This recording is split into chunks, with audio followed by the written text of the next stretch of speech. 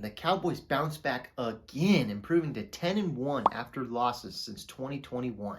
If they could just find a way to bottle up what they do after losses, there's no telling what this team could do. I mean, they might actually be able to beat the Niners. But man, what a difference a weekend makes. Last weekend was just a big vicissitude, and I talked about how it could be the darkest before the dawn moment for the Cowboys. And then this weekend was just a tease of that, with the Eagles losing, the Niners losing, the Giants losing, and then that was followed by a Cowboys win, totally flushing that bad loss and improving them to 4-2 going into the bye. A bye that is needed, so hopefully they can get healthy and they can fix some of these kinks they got. This win wasn't pretty. Michael Gallup struggled, the offense had some struggling moments again, and the holes kept popping up in the secondary. But no matter how ugly it got, and no matter how many flags came raining down, they still found a way to win, which was so crucial and something that some people in my comment section did not believe was possible. Now I know I'm starting with the negatives after a win, but I just want to get them out of the way. They are big talking points. When it comes to Michael Gallup, a lot of people are dogging on him, and I get it. He didn't have the best night, even dropping a crucial TD pass that almost got intercepted. However, Michael has earned the right to play through this little slump he is in. He has been so clutch for the Cowboys in previous years, making some of the most insane catches. So I feel it's a stretch to hit the panic button on him right now. The Cowboys will need him. They're going to need him. And I believe he will deliver like he has in the past. Now here's the thing. When talking about Michael, I think it's only fair to mention Amari Cooper. We just got to move on. There's really no explanation for it. I mean, especially when they gave him away for nothing. And the frustration should not be taken out on Michael. It should be taken out on the front office. That's one of the worst mistakes I've ever seen the front office make. But for some reason, they don't feel like it. I mean, it feels like every time that is mentioned, or it has been mentioned in the past, Jerry's like, I stick with it. It was a good move. It's bad. It's bad. So we just got to move on. Anyways, let's go to the offense and the play call. Look, I'm not in the position to say it's all on Mike and his play call, but I will say the offense is still not clicking in my opinion. They've hit some real lows. They hit a real low last week and hit a lot of lows this week again. They're just not clicking, and it's leading to a lot of frustration from the fans and the players. It's one of the biggest concerns I have, but what gives me hope is the players that they have and the resilience that they have shown. Say what you will about the offense. They have shown resilience. Again, it has not been a smooth ride, but they've been grinding out TDs. And if they can keep doing that, I feel like it will start to click and they will finally get on a roll. Now for the secondary, last week Brock Purdy was throwing dimes to wide open receivers, and that problem popped up again. Luckily for the Cowboys though, Herbert was off. It's alarming seeing those holes and those mistakes pop up in the secondary. And if Herbert connects on a couple of those throws, it might be a different outcome for the game.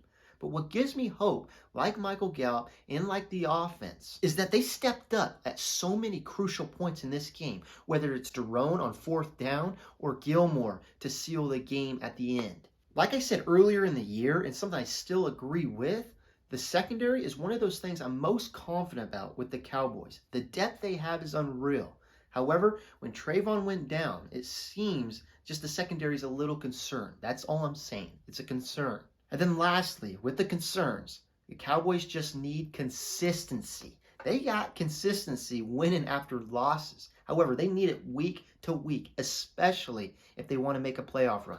As we know, there is no bounce back game when you get in the playoffs. They need consistency from everyone on the team, especially the man in the spotlight, Dak Prescott. And now I can get into the positives. What a damn game from Dak.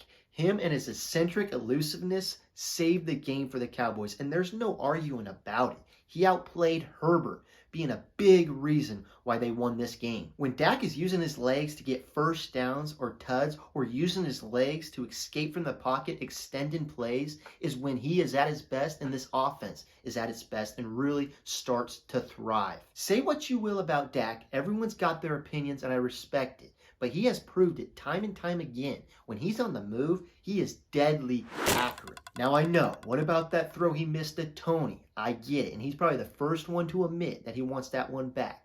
But that throw does not neglect the game he had. Mondays are truly his day. He's found consistency on Monday. Now he just needs the consistency on Sundays. Another man on the offense that had a day was Brandon Cooks. Yeah, I know he only had 4 receptions. However, he was clutch. The third down catch he had and the touchdown catch he had were crucial in the game. Brandon has had a slow start so far, and I feel the blame could be spread around for that. Hopefully they can build off of this game and start taking deep shots to him later in the season. One receiver who has had a great start is CD.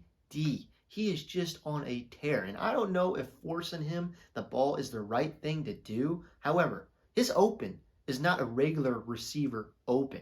It's different, and we got to get him more than 7 touches, especially when it's 100% catch rate in the game. He was 7 for 7. He's a number 1. I don't know what Richard Sherman is seeing. To me, he's just saying some stupid shit to get some eyeballs. If that's truly his opinion, I respect it.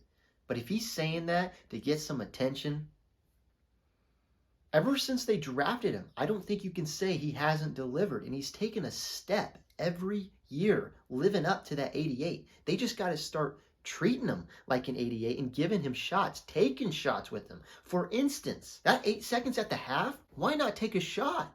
I understand that the Chargers probably would have doubled him and wouldn't have made anything easy. However, you got to trust Dak will be able to read to throw it away or find another receiver if it's not there. I didn't get the decision. Mike said that there was a holding call earlier in that drive, so he didn't want to take a chance and so forth. However, that is just way too conservative for me. There's too much talent on the offense to be that conservative. And if you want to play the probability game, I would argue that there's a higher probability of it being an incompletion or a touchdown than anything bad happening. It's just plain scared, and I feel like that could cost them in the future. However, it did not cost them in this game, and say what you will, they got 3 points. Brandon Aubrey put it through the uprights, and that is what they ended up winning by, was 3 points. And speaking of 3 points, there's one more highlight thing I want to talk about, although I'm a little hesitant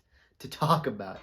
Brandon Aubrey has had an insane start, and it's giving me deja vu. Aubrey's being clutch just like Brett Maher was last year and has a cool little story. Brett last year had the redemption story, while Aubrey this year has the I'm trying something new, don't give up on your dreams and keep pushing. So hopefully he can keep it up and keep the consistency and not fall in the trap like his predecessor did. Lastly, shout out D-Law, Osa, Micah. They came up big in the run game and came up big on the last drive when we needed them.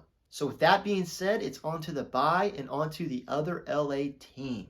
The Rams look a lot better than last year, and they are a tough out for anybody right now. I would not be surprised if we see another game just like the one the Cowboys had. A tough, physical game that they're going to have to grind out at the end of the day and hopefully win. Anyways, thank you for watching, and what a show out from the crowd. The pop that there was for every time a good play happened for the Cowboys was just chilling. That is what is amazing about this fan base, and it's awesome seeing that they did not lose hope from last week and did not lose that 0.1%. And showed up and practically gave the Cowboys another home game. It was amazing. Anyways, have a good 2 weeks. Peace.